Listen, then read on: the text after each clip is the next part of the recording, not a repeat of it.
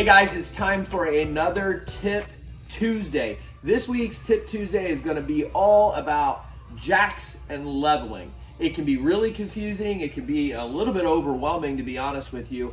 And me personally, being an avid camper, I have seen at least probably 6 times where people have actually bent their stabilizer jacks because they're trying to use them to level their camper. So what I've done is I've grabbed Chad, as usual, not the expert, just a camper. I've grabbed Chad. Chad's gonna walk us through manual stabilizer jacks, automatic stabilizer jacks, auto leveling, and leveling jacks, right? Okay, perfect. So I'm gonna let Chad take it away. I'm gonna shut up. So Chad, if you don't mind.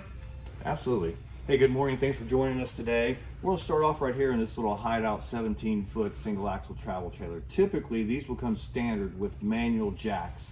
And Greer, if you'll take a look at what's underneath the camper there, those are typically on all 4 corners, and you can see they're just a manual jack, or what we call a cross jack. So basically what you do is they come with the handle that would allow you to raise and lower these stabilizer jacks. We'll just take some pressure off of this camper, just kind of show you how it works.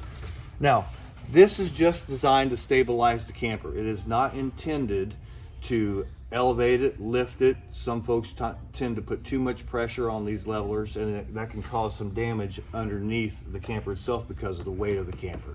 So basically how you want to utilize these, if you don't have, you would want to purchase some of those plastic support blocks. You always want something between the bottom of your level jack and the ground itself for settling, and we do sell those up at our service facility, and service facilities at campgrounds across the United States offer those as well. But you can also, I mean, you can use wood blocks and stuff if you need to, right? Yeah, it's basically just getting something in between the jack and the ground, right? Yes, sir. Just for settling, supporting. You don't want these jacks to settle down into a grassy, gravelly area and pavement. It gets hot during the summertime. They'll sink into the pavement.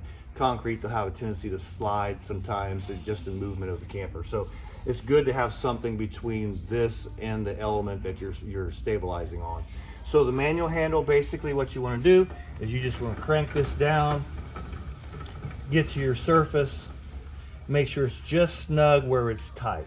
Now, a lot of folks aren't fans of doing this manually, going around the RV 4 times and cranking them down, especially depending on the terrain that you might be on. It may be elevated in the front, lower to the ground in the back. So what they'll do is they'll take a 1/2-inch socket and drill with them and simply run it up, run it back down. So don't let that be a discouraging thing that it's a manual stabilizer. Yeah, because, not to interrupt, but I mean, you think about it, almost everybody's got a drill and a socket. Absolutely. So the time you took to do that, it's actually, in my opinion, because I've always had electric, it's actually faster what you just did. Because the electric, you know, it's kind of Absolutely. but that's much faster and easier, right? Yeah, absolutely. Throw it in your storage compartment, boom, you're good to go. Then you have the drill for anything else. You need to change the bit out for anything that you want to hang in your camper, or anything that you're hanging around the campsite itself, lights and etc. Okay, so show us an electric one now. Sure. Electric stabilizer, right? Electric stabilizer, Okay. this is correct. So directly behind Greer here, you'll see we're at the Passport, and the Passport itself offers the electric stabilizer jacks. And you see they look much different than the cross jacks that we've seen underneath the hideout, where they actually come out at an angle and they drop down from underneath the frame of the camper itself. Again, same concept, just stabilizing the RV itself, not leveling. That's stabilization. The difference between the two, and why you'll find this is most common on your electric sides, is the stabilizer jacks, the cross jacks, the more we require of them to come down, we're taking or adding mobility to that camper. So if you did have a deep terrain on this type of a jack, what you'd want to do is put a much larger block, so we're requiring less of that to come down. A great example that was shown to me by one of our sales reps here one time was that you take the stabilizer jack that we just demoed and you extend it completely. It's just like if I'm standing here vertically, someone comes along and pushes me, there's going to be some sway. But if I'm standing like this, then it's virtually impossible to knock me from one side or to the other in comparison to that. Same thing that's going on here. It's just a wider stance. Electric jacks out of convenience. They are rather slow, as Dan alluded to a few moments ago, in regards to them coming down, but they do come down independently. They're working on the same rod as they're coming down, but if this jack were to touch the ground before the jack on the opposite side does, then it'll stop and the other side will continue to come down until it touches. That's where it becomes confusing to a lot of our campers, that this is some type of a leveling system. there's just an all thread that runs between these two jacks, and those jacks are running down that all thread. And then once this stops, then this will continue to run down that thread until it touches off on the ground too. Again, same recommendation. You're going to want to put something between the foot pad of this jack and the surface that you're stabilizing yourself on. And again, those are just stabilizing. Like, you got to really stress that point. Really need to those stress are not meant for leveling. Because I Absolutely. have seen some people throw their level in the camper and then they're pushing the button and they're trying to level it up. Yeah. Big no-no. In a campground with these particular RVs, when you get onto your spot, you're going to want to find the most level spot just when you pull up and set. If it means dropping a couple boards underneath the tires and such, when you do that to get it level, then once you get it leveled in that way, then you're going to drop those down to stabilize where you are. Okay. Yep. But you're right. I've seen customers many years up in the campground try to use these stabilizer jacks. They realize they're a little off, so they're going to try and lift the RV to slide that last little piece of wood underneath the tire, and it just totally wrecks these stabilizer jacks, causes damage up underneath, under the frame, and those types of things. So again, can't stress enough, these are just stabilizers to take any sway or any rock out of this RV from just going in and out, and over the course of your weekend, walking front to back and everything else. So just stabilizers only. Now, there's 3 different types of applications in regards to operating these. In some of our introductory level RVs, such as the Hideout, the larger hideouts that offer electric stabilizer jacks, the button is located directly over the jack on the door side. Some manufacturers choose to put the electric buttons on the opposite side, on the off door side, if you will. This particular product in the Passport, they put it in a convenience center up front in one of the storage compartments. And there's simple toggle switches. They extend and retract. Another thing that I recommend as well is that before you run your slide out, level your RV, stabilize the RV, then run the slide out on a stabilized RV.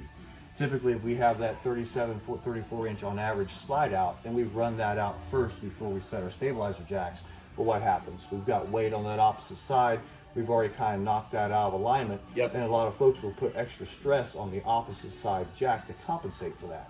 Well, all that can be eliminated by just leveling the RV first, putting the stabilizer jacks down before you open it up.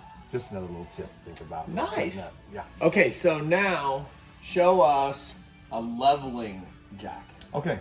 So Okay. typically what you'll find is on our much heavier fifth wheels, obviously, we're going from a unit that's weighing right around 5,600 pounds. One we just demoed a few moments ago, just around 3,000 pounds, to something that's in that 14,000 and up range as far as the weight goes. So stabilizing is just as necessary as we've seen in the others as well. And these are offered in hydraulic auto level systems. So if you see these, none of these have any mechanics to them in regards to manually lowering or raising these. They're run through a hydraulic pump up front.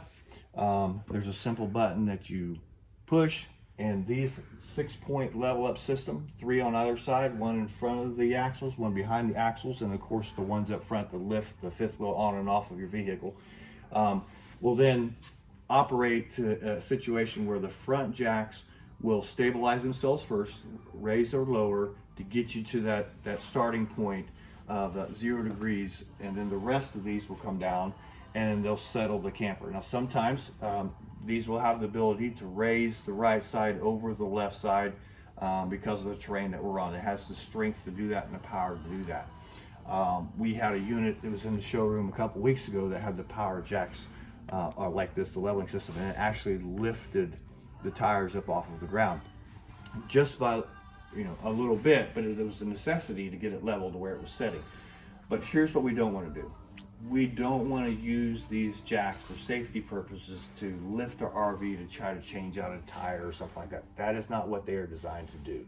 Even though they have the power to lift, that is not its intention. Its intention is to level the unit, self-level the unit for your convenience because of the weight of the RV itself.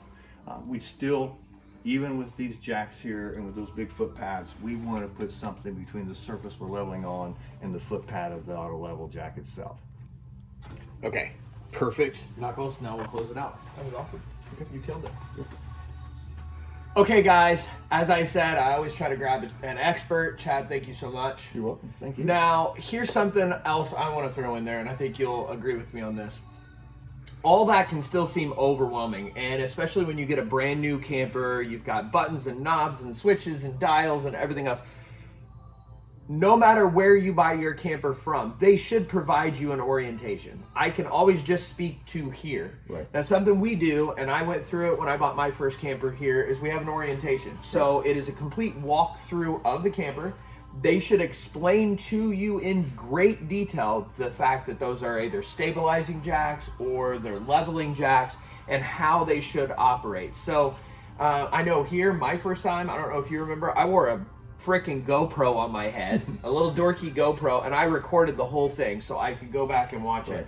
But ask for that no matter where you buy your RV, because the last thing you want is to be at a campground and tear one of your stabilizer jacks up, or just do it wrong and wreck your system, right? Yes, correct. Yeah. All right, well, buddy, thank you so much. It's always a pleasure to grab you. Guys, if you have more questions about the stuff we talked to, let us know, and I'll grab Chad here, and we can demo stuff. We can do whatever you need. But as always, thanks, and see you next Tuesday.